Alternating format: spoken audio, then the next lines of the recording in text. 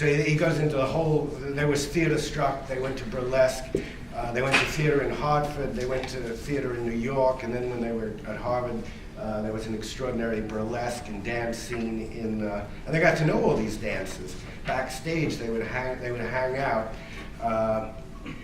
For ballet, we were prepared by The Hound and Horn by Lincoln Kirstein and Arnold Haskell.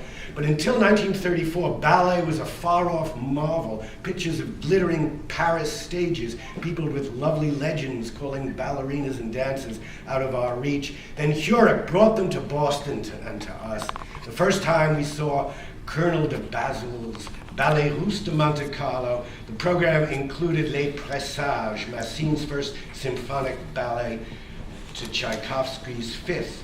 Both of us came to music first through ballet. Of course, we promptly fell in love. Charlie fell in love with Tumanova, Baranova, Ria Bush, I can't pronounce it, Sono Asato and Nina Veracino. I fell in love with Tumanova, Baranova, Sono Asato and Vera Zorina. Some overlap, but no jealousy, and an abiding motivation to see each performance we could afford, and more we couldn't, to get hopelessly beyond in our graduate studies, to wreck our budgets, to follow them to Providence, to Worcester, to New York, Philadelphia, Land's End, most of all to meet somehow the luminous genius of the company, Massine. First we met Mark Plathoff one day in the Waldorf cafeteria. He turned out to be an American, a rangy redhead from the state of Washington, and an impatient fascination for football.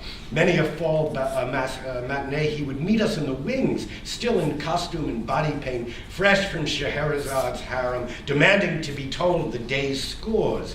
Mark introduced us to Massine, who took an immediate liking to Charlie and accepted us as friends.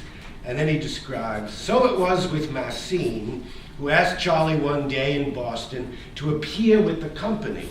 The ballet was Bacchanal, the Massine-Dali collaboration, wherein the mad King Ludwig II of Bavaria and Lolo Montez and the wild creatures of his madness, including Leda and the Swan again, danced demented to Wagner's Venusberg music.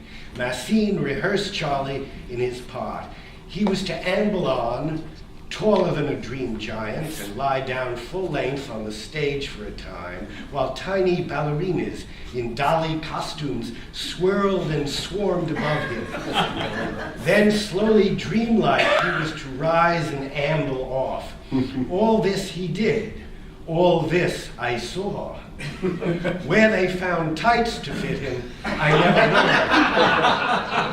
And the ballerinas must have been warned about him, for prone and vast, he blocked off most of downstage left, and they detoured around him. But Charlie was very good, calm and poised, a dreaming presence, motionless. He danced his best dance. So balletomanes everywhere, Kirstein, Haskell, whoever you are, move over.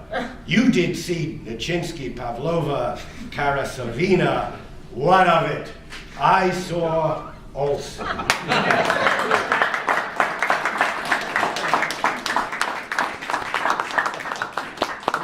a postscript, Olson took Merce Cunningham's dance class at Black Mountain and asked many years later, Merce said, well, what was Olson like in your dance class? And Merce said, a very serious elephant.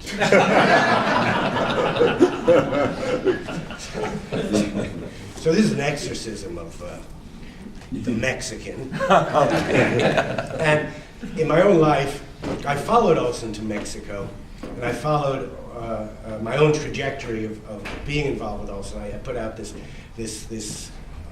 magazine called All Area, and the presumption, the ego, the American colonial presumption to own the world was in that title, All Area, all space, which Olson gave me an appetite for. And when I was writing to Butterick, I wanted to move into the archive, because none of this archival stuff was published.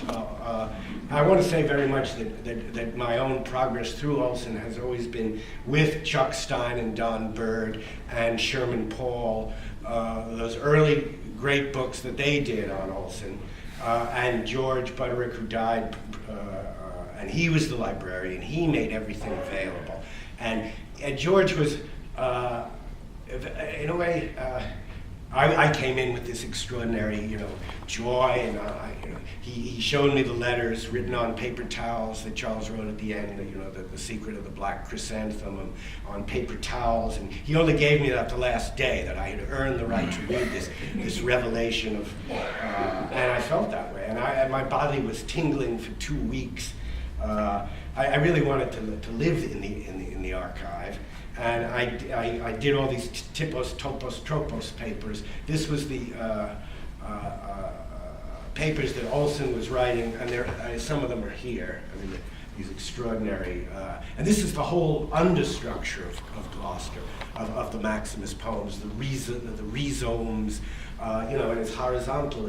It's the root structure, which is really I think it's the stem of the poem that Maximus grows out of, and the philo lines, the room lines, following the etymologies to get back to the force of the root of the word, and he did this hundreds and hundreds of papers. But this one series of papers I think is very important because it's the bridge between Maximus Volume 1 and Maximus 4, 5.